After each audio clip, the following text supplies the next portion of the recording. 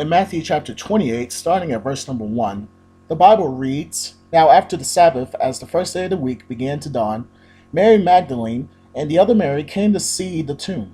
And behold, there was a great earthquake, for an angel of the Lord descended from heaven and came and rolled back the stone from the door, and sat on it.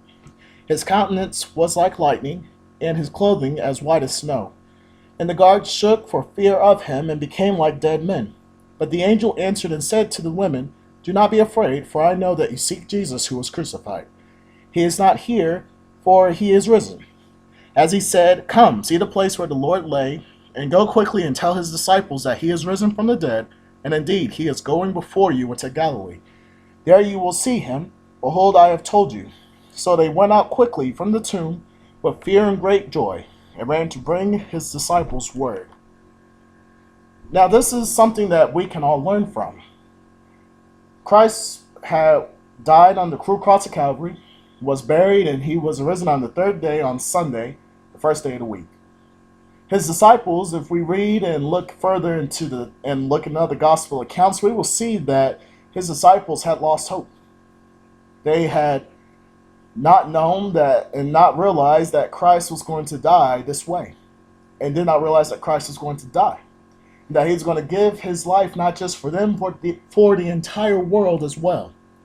So this is something that is very important, because they had their hopes down, they're really sad, they're depressed, and then when they hear of Christ being resurrected and seeing Christ and seeing how he had overcame the power of death and overcame and crushed Satan and death, they were excited. They now know that he was indeed the Christ, the Son of the living God. They believed beforehand, but the death really shook them up. It really shook them up because they fully did not understand the full capacity of what was happening. Now today, in the day and time that we live in, we use the first day of the week as to worship God in spirit and in truth. And for us as Christians, it is a time that it energizes us, it gets us refreshed. It is a time that gets us excited to be in the presence of God in worship, and for him being our audience, and for us to worship him and to give him our adoration and all of our respect on that day. Not to say that we don't give it on all the other days, which we as Christians should, and our Christian service and our Christian attitude should be 7 days a week. But Sunday is a special day. It is a special day because it is the day that we get to worship God and give him our adoration. Now, when Mondays come, that excitement may be gone. That willingness to have that Christian attitude may be gone.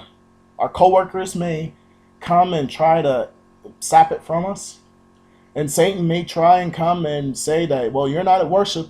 You're not with the saints. You're with people who are not like-minded like you. So it's okay for you not to have the same joy or the same thing as everyone else. And people don't realize that that is not the way we ought to be. Just as those disciples were excited when they heard that Jesus had came and had arisen from the dead, we should be excited after Sundays. Not a fake excitement, but a genuine excitement of joy that we get to serve the King of Kings and serve God the Father on a weekly basis. And worship should be something that gets us charged for the rest of the week. I encourage you that on the next Sunday and the Sundays following, Lord's willing, that you would use these Sundays as a way to help you realize that you can get through the rest of the week. That you can be a Christian the rest of the week, and not just on Sundays. This is Charles Prince, and this has been our first episode of the Time Out Mondays, and pray that you will catch us every Monday, and pray that these will be a great benefit and help to you.